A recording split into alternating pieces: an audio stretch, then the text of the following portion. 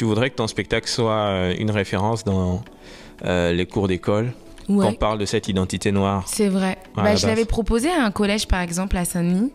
Et ils m'ont refusé. Le directeur m'a clairement dit que c'était un projet racial et que du coup, c'était pas du tout ouvert. Et du coup, que c'était pas possible en fait de présenter ça, que les gens n'allaient pas se sentir concernés.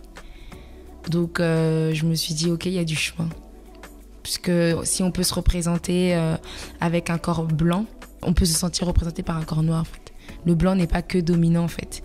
L'inverse aussi est possible. FMK Radio Life. Je m'appelle Olivia Mabunga, j'ai 27 ans. Je suis actrice, autrice et metteuse en scène, en tout cas pour le projet Choco. Je sors de l'École supérieure d'art dramatique de Paris, où j'ai été formée pour être comédienne. Est-ce que d'abord je prononce bien ton nom? Ouais, c'est bon. Ouais, d'origine? Congolais. De quel Congo? Brazza. T'es retournée à Brazza déjà?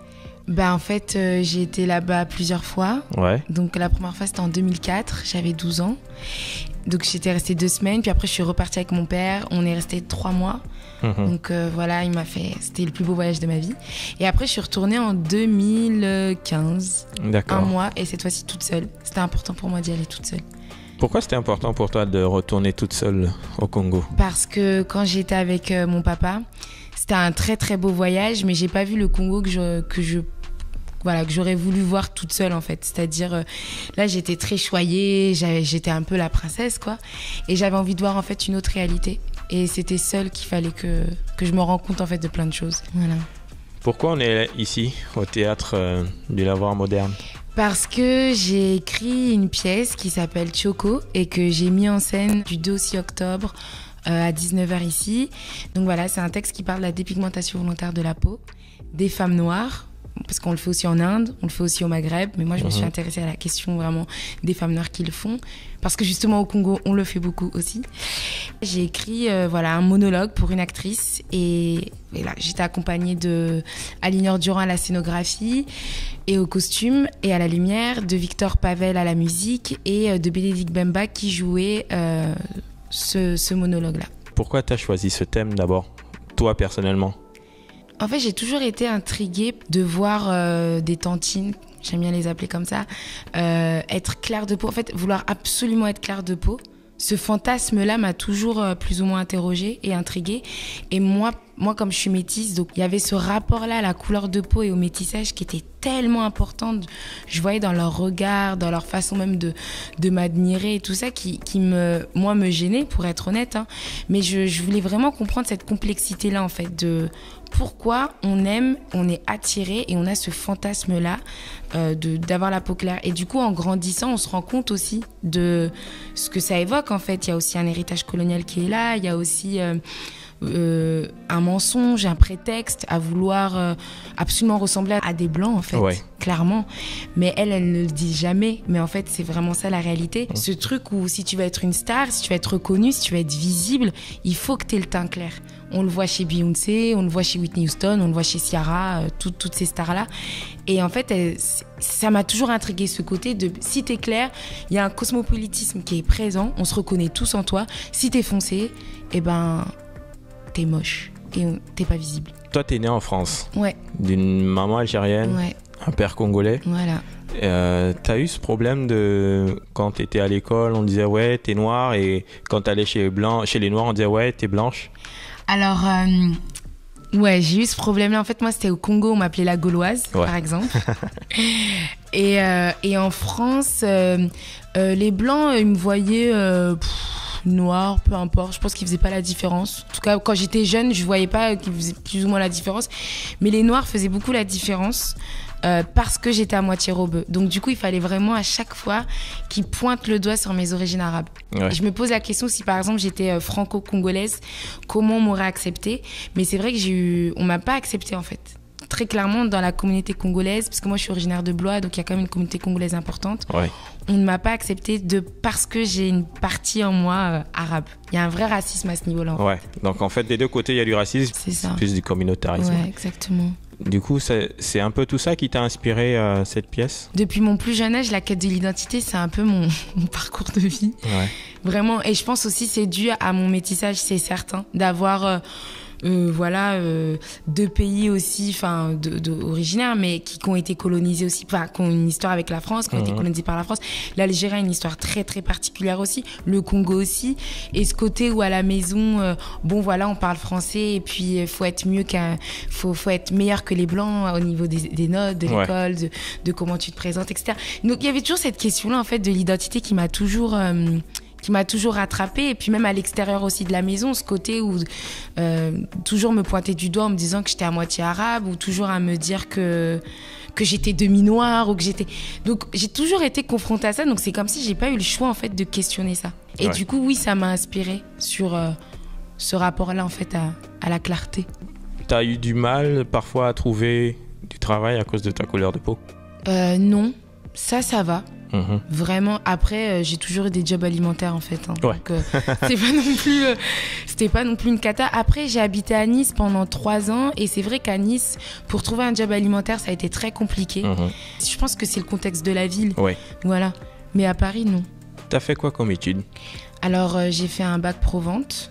Ensuite, j'ai fait une licence d'études théâtrales que j'ai validée à la Sorbonne Nouvelle, puis un master. Aussi à la Sorbonne Nouvelle, où du coup d'études théâtrales aussi, où je travaillais sur le théâtre pendant l'apartheid en Afrique du Sud, sur les textes d'Adolphe Fugard. Et ensuite je suis rentrée à l'ESSAD, donc l'école supérieure d'art dramatique de Paris, et j'en suis sortie cette année. T'as fait un spectacle sur l'apartheid? Je l'ai pas fait, mais j'étudiais beaucoup, en tout cas, les textes d'Adolphe Fugard, qui lui était un africaneur et qui écrivait, du coup, son théâtre parlait essentiellement de l'apartheid, des droits civiques des Noirs, enfin, d'Afrique du Sud, etc. Donc, je me suis toujours intéressée, en fait, à l'histoire noire américaine, noire en France. Et en fait, comme c'est des études qui sont ciblées et qu'il y en a très peu, du coup, j'arrivais à trouver ma place, en fait, aussi, dedans. On va parler du spectacle alors. Ok. Choco. Ouais. D'abord le nom. Pourquoi avoir choisi ce nom? Chez les Congolais, donc qui le pratiquent, et Congolaises aussi, quand on dit on met les chocos, on met les produits en fait. C'est vraiment l'acte de se dépigmenter. C'est ça les chocos, on comprend tout de suite. Et en fait, choco, quand j'ai demandé ce que ça voulait dire vraiment, ça veut dire... En gros, c'est vraiment se brûler la peau. C'est se chauffer la peau pour qu'elle tombe. C'est ça en fait que ça veut dire choco. Et dans la pratique de la dépigmentation, c'est exactement ça. C'est-à-dire, on le fait avec de la javel, on le fait avec... là, il y a de la corticoïde, du diprozone, etc. Et ça chauffe. Ça chauffe jusqu'à ce que la peau, elle tombe en fait. On se décape, clairement. Et c'est ça en fait l'acte des chocos. Et en fait au début j'assumais pas trop, je me suis dit non mais je vais pas appeler ça choco quand même. Ça fait, on va me dire chocolat, je sais pas quoi, on va trouver des trucs et tout. Et en fait c'est mon ami qui m'a dit, qui me met en scène à l'heure actuelle, et qui m'a dit choco c'est parfait. Et j'ai dit bon on va garder ce nom là. Et du coup c'est parti de là. Et ce thème, pour le mettre en scène, c'est pas évident. Moi j'ai vu le spectacle. Déjà, elle joue toute seule sur scène. Ouais, c'est ça. Et elle cite un certain nombre de produits qui font en sorte qu'on puisse se décaper la peau. C'est très poignant parce qu'elle arrive à nous faire passer par toutes les émotions. Et on se rend compte qu'au final, les personnes qui pratiquent la dépigmentation de la peau sont à la base un mal avec elles-mêmes. Exactement. Mais c'est inconscient. Parce qu'en fait, ces filles, parce que j'en ai interviewé et tout, j'ai vraiment fait une enquête en fait. Même je suis allée dans des pharmacies, j'ai interviewé aussi des hommes que je connais qui l'ont fait quand ils étaient jeunes. Des femmes aussi, j'ai regardé plein de tutos. Et c'est vrai que ces filles-là, quand elles le font, en fait, elles n'ont pas conscience du mal qu'elles se donnent. Elles le font vraiment pour la beauté. C'est au même titre que mettre du fond de teint ou du mascara. Il n'y a aucun mal à se mettre du Carolite sur la peau.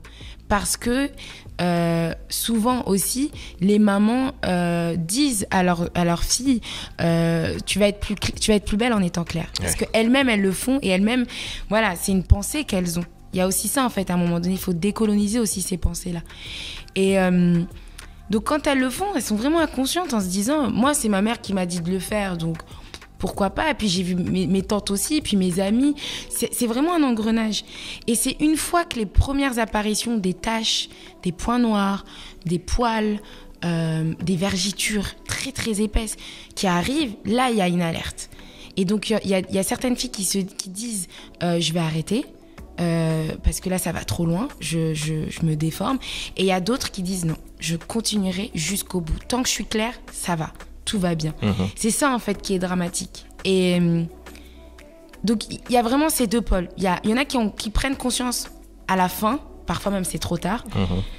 Et même quand elles arrêtent, ce qui est dramatique, c'est qu'elles deviennent plus noires parce que le temps de la cicatrisation, du coup, le teint redevient plus noir qu'il ne l'était. Elles sont translucides. Exactement. On voit les veines. Exactement. Ouais. Et le temps que ça cicatrise, ça devient plus noir. Et là, elles paniquent. Elles se disent non. Comme si vraiment être noire, c'est être monstrueux.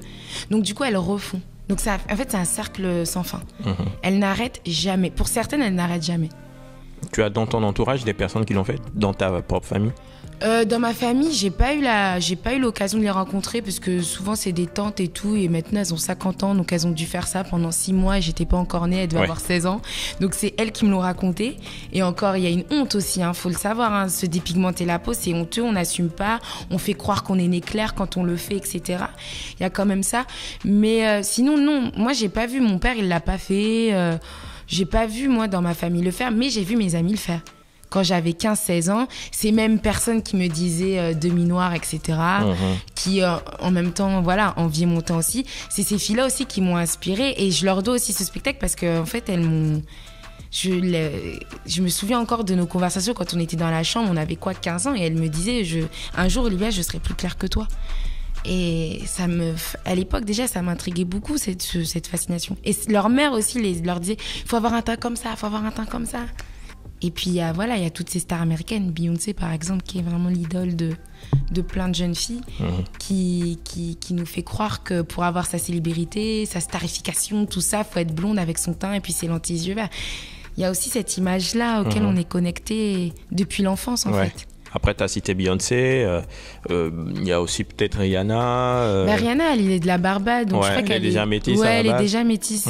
Ciara, par exemple, elle en fait partie. Tina Turner aussi. Whitney Houston. Mariah Carey est métisse, mais tu vois, Mariah Carey, elle est métisse, mais ça se voit pas. Ouais, mais elle s'est blanchie. Elle s'est beaucoup blanchie, pas avec des crèmes, mais dans son attitude, dans ses cheveux, dans tout en fait. On a vraiment ce truc de si vous voulez réussir, faut être blanche. Voilà. Enfin, aux femmes surtout. Aux hommes aussi parfois. Oui, les hommes aussi se dépigmentent pour les mêmes problématiques. Moi, j'ai interviewé un garçon qui est un ami d'enfance et qui m'a dit au moins là maintenant, je peux draguer facilement des femmes. Ouais. Très clairement. Et puis ce côté où il me disait aussi dans l'interview, qu'une femme noire, c'est moche. Je préfère une femme à la peau claire. Il y a ce complexe d'infériorité. Ouais. On essaie de comprendre, en fait, on se met à la place de l'autre. Ouais. On essaie de comprendre, en fait, le geste et ce pourquoi on veut absolument ressembler à quelque chose, en fait, qui ne nous ressemble pas. Mais surtout, cette quête de l'identité, en fait, qui est totalement illimitée, qui ne s'arrête pas juste à un passeport ou à être française ou à être française originaire d'eux. C'est au-delà de ça, en fait. C'est vraiment d'avoir cette crise, je sais pas, de l'épiderme, de se sentir aussi étouffée, en fait.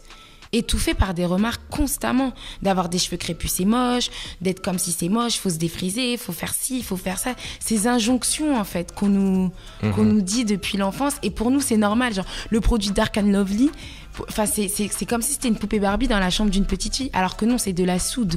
Et pour nous c'est genre notre sauveur en fait. Se défriser les cheveux, c'est genre incroyable, et on ne devrait plus penser comme ça. En fait, c'est ça aussi, ce spectacle. C'est vraiment questionner tout ce qu'on nous a dit dans l'enfance et dans notre adolescence aussi. Et il y en a, même adultes, qui continuent encore à être. Mais vraiment questionner cet héritage-là, en fait. De vouloir être absolument... être métisse ou blanche, quoi. On peut être noir et totalement jolie. Ouais, mais ça, on ne le dit pas suffisamment. Tchoko, est-ce qu'il est encore joué ? Il va être repris. Il va être repris en mois d'avril. Ce sera toujours ici ? Ce sera ici au mois d'avril. Ouais. Voilà. C'est une belle scène ici. Ouais. Théâtre du Lavoir moderne parisien. J'aimerais que Beyoncé soit dans la salle et qu'elle voit mon spectacle. Ouais, ça ce serait bien. Ouais. T'écoutes quoi comme musique ? J'écoute de tout. Bon, déjà j'aime beaucoup les Ndombolo, mais des années 90. Même si Kofi Olomide, c'est aussi dépigmenter la peau, les Werason et compagnie. Ça fait partie de mon héritage musical. Et oui, Loi, Papa Wemba, tout ça. J'adore. C'est la base, hein. C'est la base. Non, franchement, c'est la base. La dernière fois, j'écoutais une musique de Werason, la Hélicoptère. Ah, hélicoptère, hélicoptère. Voilà, c'est ça. Ezakoya. Nali Kolo. Voilà. Ouais, je l'écoutais et tout, et j'adore. Et j'écoute aussi Etta James, Nina Simone, James Brown. Donc, en fait, les Motown. Voilà. Toute la musique américaine noire, toute cette période-là. J'aime aussi Beyoncé, hein, on va pas se mentir, hein, Who Runs the World. Voilà, quoi. Je l'ai mis dans mon spectacle aussi. Et l'opéra aussi. Classique. Exactement. Alors, si vous êtes une jeune fille, que vous êtes noire ou pas du tout, venez voir ce spectacle, vous comprendrez peut-être un petit peu mieux ce phénomène de la dépigmentation avec Choco. Il y a aussi dans ce texte-là les boutiques et les salons de coiffure qu'on connaît pas en fait. Et pour moi, c'est un vrai monde, le salon de coiffure africain. Enfin, on peut même faire un film dedans en fait. Tout peut se passer. C'est-à-dire qu'on arrive dedans, il y a des faux cheveux, mais c'est juste extraordinaire de voir tous ces faux cheveux en fait. Comment on les coiffe, comment on les peigne, comment on prend soin en fait de cheveux en plastique plus que d'un cheveu crépus. C'est ça aussi le salon africain. Comment tu fais ton rond là pour tisser une perruque et puis après tu sors comme si de rien n'était, t'as les cheveux au vent alors que ce n'est qu'un Brésilien. Comment tu veux juste avoir ton afro et on te dit non c'est mieux si tu défrises. Et d'avoir aussi ces coiffeurs là qui savent mieux coiffer un cheveu, un tissage ou des expressions qui sont des rajouts que notre propre cheveu. C'est tout ça. Et comment à côté de ça, t'as le KFC, tu manges tes sauts de poulet, t'as Trace Africa juste là à côté, tu danses l'Ndombolo et en même temps on te tisse. C'est tout un monde. Et dans ce texte-là aussi, j'ai tenté en fait de le convoquer parce que c'était important pour moi que le salon de coiffure existe. Parce que en fait, il est connu que de nous. Ou pareil, les boutiques. Moi, j'habite à Saint-Denis. Les boutiques de cheveux à Saint-Denis, c'est travailler. T'as envie de tout acheter. Alors que moi, je suis anti tout ça. Hein. Je les ai fait, hein, les faux cheveux, les tissages, les brésiliennes, j'ai tout fait. Il y a ce truc où quand tu rentres dedans, tout est luxe, tout est accessible en plus au niveau des prix. Et en fait, tout est tenté. On te tente tout le temps de mettre des faux cheveux. C'est ça aussi que ça raconte, Choco. On est tout le temps tenté de ne pas être soi, de ne pas vouloir se ressembler, de vouloir toujours ressembler aux autres. C'est un monde, et moi, franchement, je l'adore. Je peux passer des journées entières dedans. Dans ces salons de coiffure, je m'ennuie pas. Donc voilà, c'est ça aussi que Choco, ça raconte. C'est au-delà d'une communauté, c'est vraiment un monde qui est accessible en fait, mais qu'on ne veut pas rentrer parce que peut-être qu'il n'y a pas la place, ou je sais pas, ou on a peur. Mais on n'est pas un zoo en fait, on ne regarde pas derrière une vitre. On peut rentrer et regarder et être là en fait. C'est ça aussi, Choco, que ça. Merci Olivia. De rien. FMK Radio Life.